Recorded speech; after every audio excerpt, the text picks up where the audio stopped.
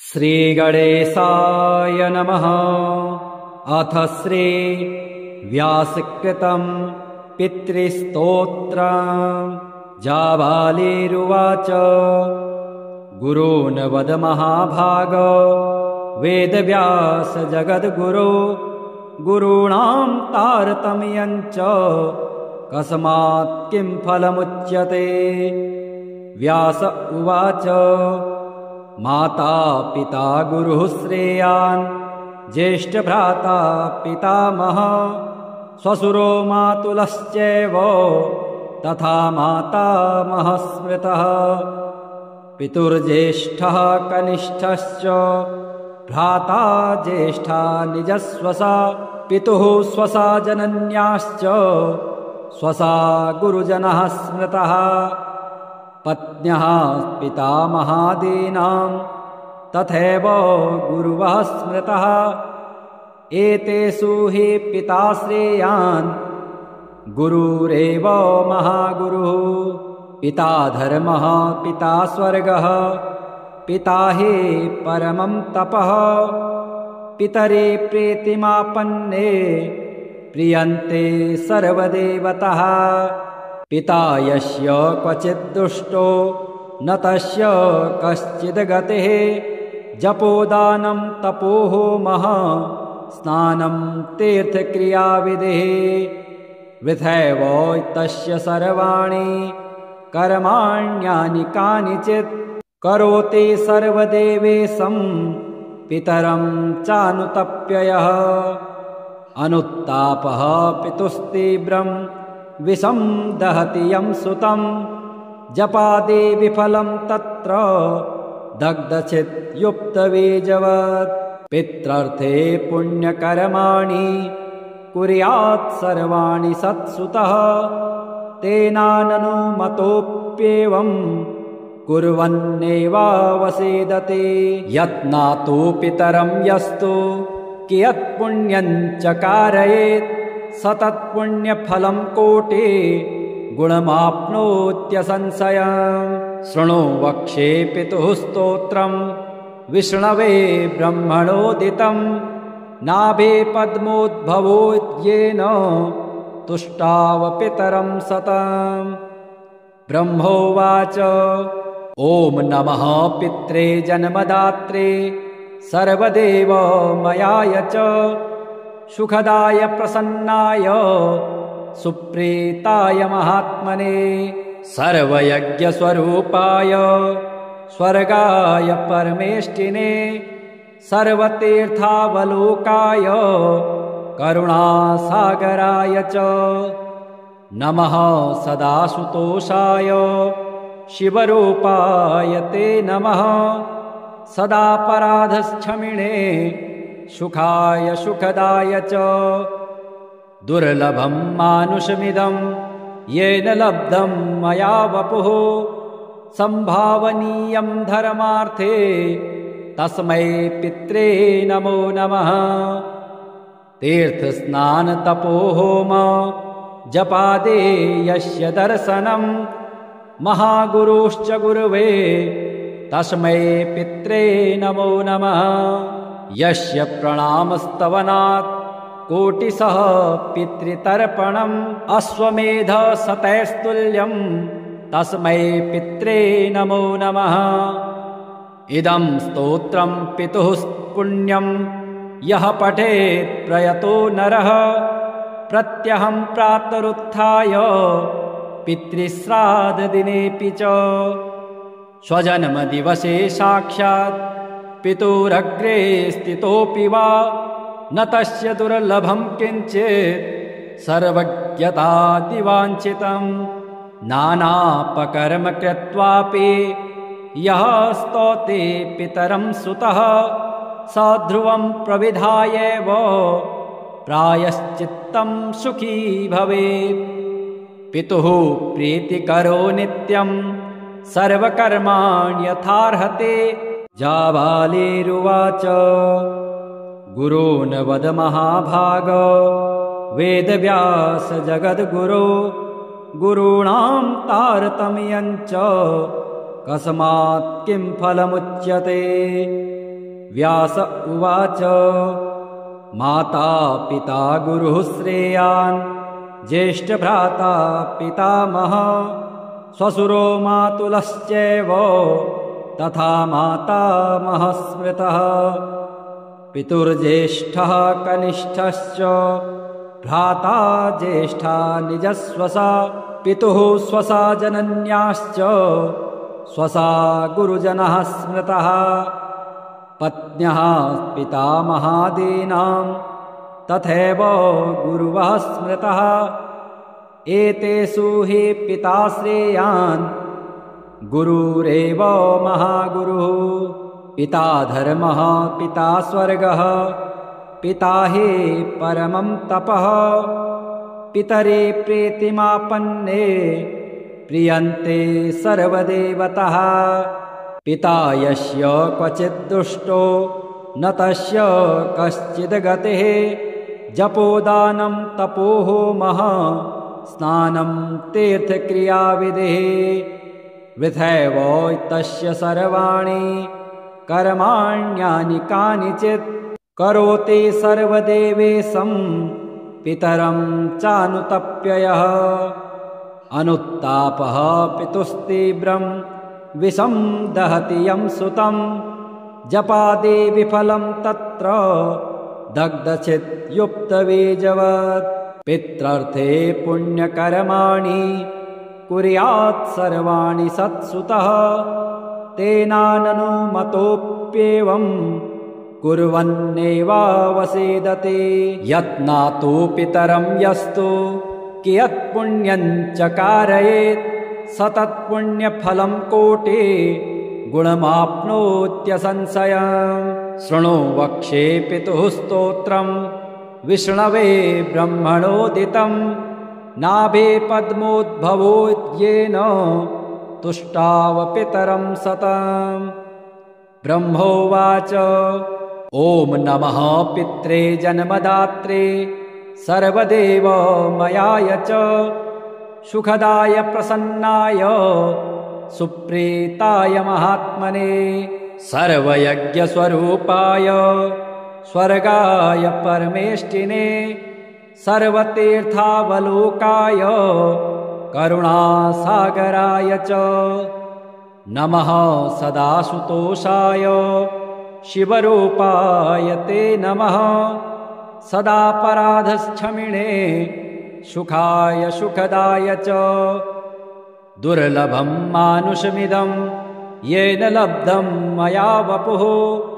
संभावनीयं धर्मार्थे तस्मै पित्रे नमो नमः तीर्थस्नानतपोहोम जपादे यस्य दर्शनं महागुरुश्च गुरुवे तस्मै पित्रे नमो नमः यस्य प्रणामस्तवनात् कोटिशः पितृतर्पणम् अश्वमेधशतैस्तुल्यं तस्मै पित्रे नमो नमः इदं स्तोत्रं पितुः पुण्यं यः पठेत् प्रयतो नरः प्रत्यहं प्रातरुत्थाय पितृश्राद्धदिनेऽपि च स्वजन्मदिवसे साक्षात् पितुरग्रे स्थितोऽपि वा न तस्य दुर्लभं किञ्चित् सर्वज्ञतातिवाञ्छितं नानापकर्म कृत्वापि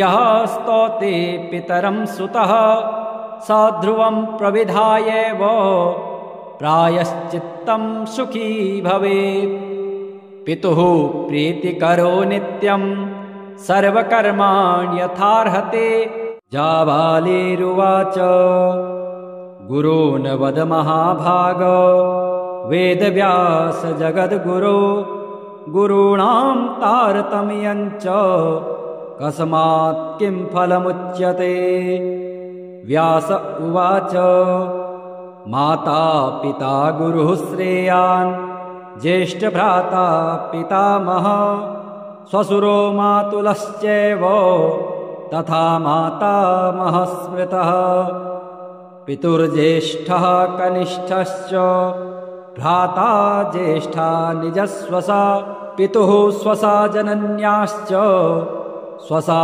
गुरुजनः स्मृतः पत्न्यः पितामहादीनां तथैव गुरुवः स्मृतः एतेषु हि पिता श्रेयान् गुरुरेव महागुरुः पिता धर्मः पिता स्वर्गः पिता हि परमं तपः पितरे प्रीतिमापन्ने प्रियन्ते सर्वदेवतः पिता यस्य क्वचित् दुष्टो न तस्य कश्चिद् गतिः जपोदानं तपोहोमः स्नानं तीर्थक्रियाविधिः वृथैव तस्य सर्वाणि कर्माण्यानि कानिचित् करोति सर्वदेवेशं पितरं चानुतप्ययः अनुत्तापः पितुस्तीव्रं विषं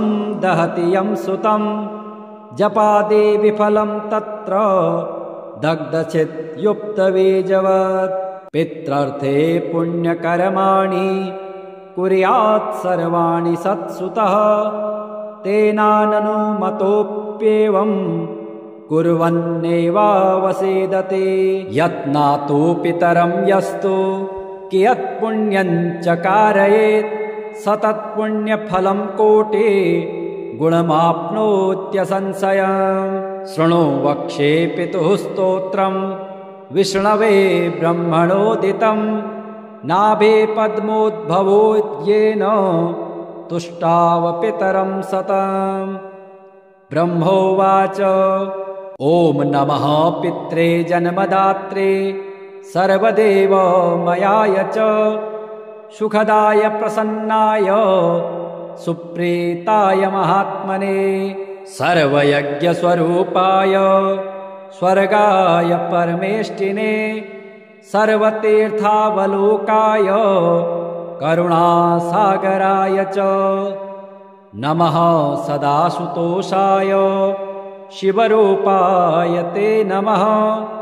सदापराधक्षमिणे सुखाय सुखदाय च दुर्लभं मानुषमिदं येन लब्धं मया वपुः संभावनीयं धर्मार्थे तस्मै पित्रे नमो नमः तीर्थस्नानतपोहोम जपादे यस्य दर्शनं महागुरुश्च गुरुवे तस्मै पित्रे नमो नमः यस्य प्रणामस्तवनात् कोटिशः पितृतर्पणम् अश्वमेध शतैस्तुल्यं तस्मै पित्रे नमो नमः इदं स्तोत्रं पितुः पुण्यं यः पठेत् प्रयतो नरः प्रत्यहं प्रातरुत्थाय पितृश्राद्धदिनेऽपि च स्वजन्मदिवसे साक्षात्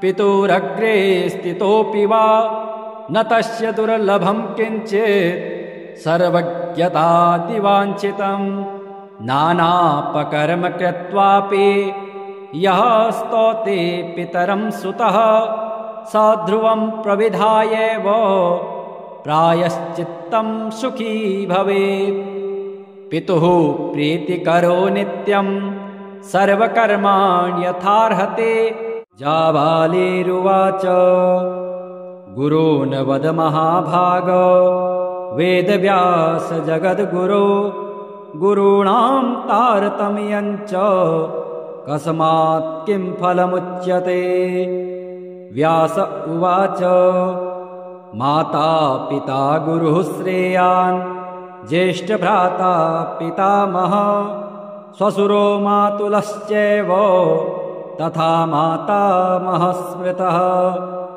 पितुर्ज्येष्ठः कनिष्ठश्च भ्राता ज्येष्ठा निजस्वसा पितुः स्वसा जनन्याश्च स्वसा गुरुजनः स्मृतः पत्न्यः पितामहादीनां तथैव गुरुवः स्मृतः एतेषु हि पिता श्रेयान् गुरुरेव महागुरुः पिता धर्मः पिता स्वर्गः पिता हि परमं तपः पितरे प्रीतिमापन्ने प्रियन्ते सर्वदेवतः पिता यस्य क्वचिद्दुष्टो न तस्य कश्चिद्गतिः जपोदानं तपोहोमः स्नानं तीर्थक्रियाविधिः वृथैव तस्य सर्वाणि कर्माण्यानि कानिचित् करोति सर्वदेवेशं पितरं चानुतप्ययः अनुत्तापः पितुस्तीव्रं विषं दहति यं सुतं जपादि विफलं तत्र दग्धचित्युक्तबीजवत् पित्रर्थे पुण्यकर्माणि कुर्यात् सर्वाणि सत्सुतः तेनाननुमतोऽप्येवं कुर्वन्नेवावसेदते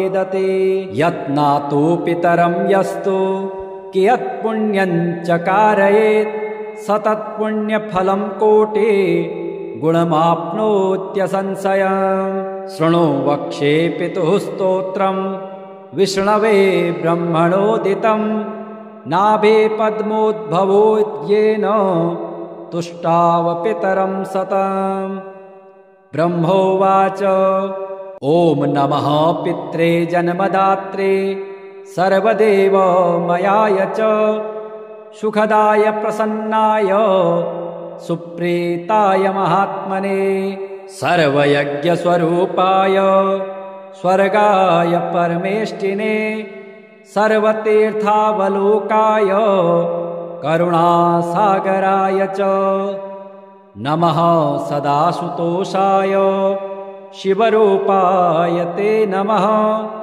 सदापराधक्षमिणे सुखाय सुखदाय च दुर्लभं मानुषमिदं येन लब्धं मया वपुः संभावनीयं धर्मार्थे तस्मै पित्रे नमो नमः तीर्थस्नानतपोहोम जपादे यस्य दर्शनं महागुरुश्च गुरुवे तस्मै पित्रे नमो नमः यस्य प्रणामस्तवनात् कोटिशः पितृतर्पणम् अश्वमेधशतैस्तुल्यं तस्मै पित्रे नमो नमः इदं स्तोत्रं पितुः पुण्यं यः पठेत् प्रयतो नरः प्रत्यहं प्रातरुत्थाय पितृश्राद्धदिनेऽपि च स्वजन्मदिवसे साक्षात् पितुरग्रे स्थितोऽपि वा न तस्य दुर्लभं किञ्चित् सर्वज्ञतादिवाञ्छितं नानापकर्म कृत्वापि यः स्तौति पितरं सुतः स ध्रुवं प्रविधायैव प्रायश्चित्तं सुखी भवेत् पितुः प्रीतिकरो नित्यं सर्वकर्माण्यथार्हते जाबालिरुवाच गुरून् वद महाभाग वेदव्यास जगद्गुरो गुरूणां तारतम्यं च कस्मात् किं फलमुच्यते व्यास उवाच माता पिता गुरुः श्रेयान् ज्येष्ठभ्राता पितामहः श्वशुरो मातुलश्चैव तथा मातामहः स्मृतः पितुर्ज्येष्ठः कनिष्ठश्च भ्राता ज्येष्ठा निजस्वसा पितुः स्वसा जनन्याश्च स्वसा गुरुजनः स्मृतः पत्न्यः पितामहादीनां तथैव गुरुवः स्मृतः एतेषु हि पिता श्रेयान् गुरुरेव महागुरुः पिता धर्मः पिता स्वर्गः पिता हि परमं तपः पितरे प्रीतिमापन्ने प्रियन्ते सर्वदेवतः पिता यस्य क्वचिद्दुष्टो न तस्य कश्चिद्गतिः जपोदानं तपोहोमः स्नानं तीर्थक्रियाविधिः वृथैव तस्य सर्वाणि कर्माण्यानि कानिचित् करोति सर्वदेवेशं पितरं चानुतप्ययः अनुत्तापः पितुस्तीव्रं विषं दहति यं सुतं जपादे विफलं तत्र दग्धचित्युक्तबीजवत् पित्रार्थे पुण्यकर्माणि कुर्यात् सर्वाणि सत्सुतः तेनाननुमतोऽप्येवं कुर्वन्नेवावसेदते यत्नातु पितरं यस्तु कियत्पुण्यं च कारयेत् सतत्पुण्यफलं कोटि गुणमाप्नोत्यसंशयम् शृणु वक्ष्ये पितुः स्तोत्रं विष्णवे ब्रह्मणोदितं नाभे पद्मोद्भवोद्येन तुष्टाव पितरं सतम् ब्रह्मोवाच ॐ नमः पित्रे जन्मदात्रे सर्वदेवमयाय च सुखदाय प्रसन्नाय सुप्रीताय महात्मने सर्वयज्ञस्वरूपाय स्वर्गाय परमेष्टिने सर्वतीर्थावलोकाय करुणासागराय च नमः सदाशुतोषाय शिवरूपाय ते नमः सदापराधक्षमिणे सुखाय सुखदाय च दुर्लभं मानुषमिदं येन लब्धं मया वपुः संभावनीयं धर्मार्थे तस्मै पित्रे नमो नमः तीर्थस्नानतपोहोम जपादे यस्य दर्शनं महागुरुश्च गुरुवे तस्मै पित्रे नमो नमः यस्य प्रणामस्तवनात् कोटिशः पितृतर्पणम् अश्वमेधशतैस्तुल्यं तस्मै पित्रे नमो नमः इदं स्तोत्रं पितुः पुण्यं यः पठेत् प्रयतो नरः प्रत्यहं प्रातरुत्थाय पितृश्राद्धदिनेऽपि च स्वजन्मदिवसे साक्षात्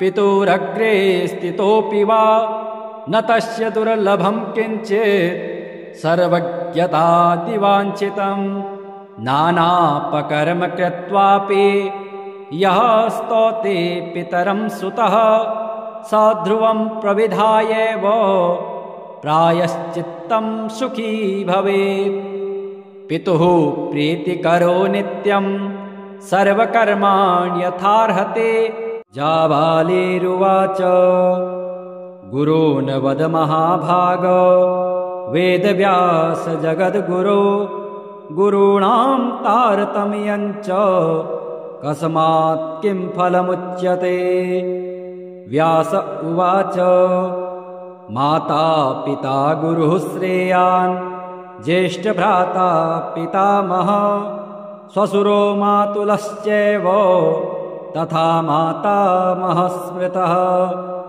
पितुर्ज्येष्ठः कनिष्ठश्च भ्राता ज्येष्ठा निजस्वसा पितुः स्वसा जनन्याश्च स्वसा गुरुजनः स्मृतः पत्न्यः पितामहादीनां तथैव गुरुवः स्मृतः एतेषु हि पिता श्रेयान् गुरुरेव महागुरुः पिता धर्मः पिता स्वर्गः पिता हि परमं तपः पितरे प्रीतिमापन्ने प्रियन्ते सर्वदेवतः पिता यस्य क्वचित् दुष्टो न तस्य कश्चिद्गतिः जपोदानं तपोहोमः स्नानं तीर्थक्रियाविधिः वृथैव तस्य सर्वाणि कर्माण्यानि कानिचित्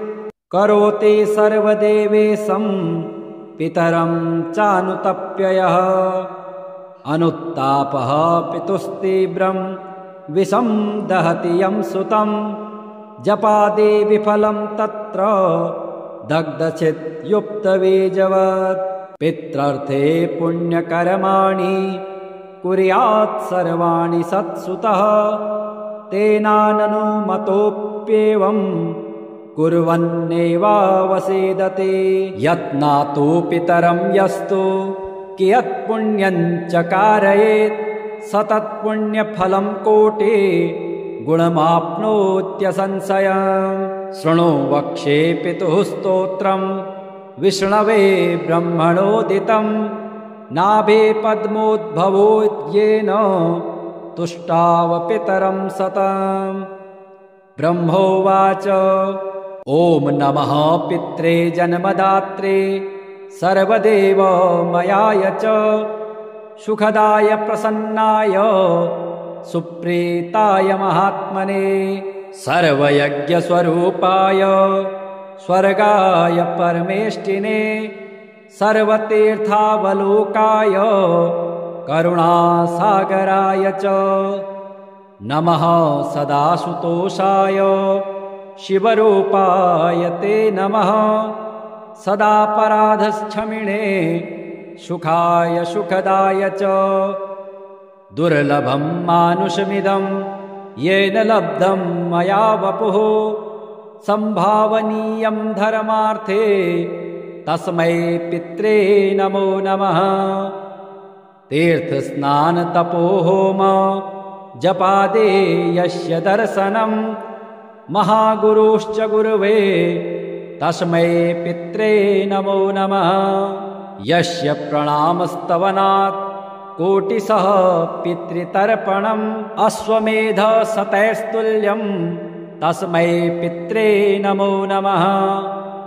इदं स्तोत्रं पितुः पुण्यं यः पठेत् प्रयतो नरः प्रत्यहं प्रातरुत्थाय पितृश्राद्धदिनेऽपि च स्वजन्मदिवसे साक्षात् पितुरग्रे स्थितोऽपि वा न तस्य दुर्लभं किञ्चित् सर्वज्ञतादिवाञ्छितं नानापकर्म कृत्वापि यः स्तौति पितरं सुतः स ध्रुवं प्रविधायैव प्रायश्चित्तं सुखी भवेत्।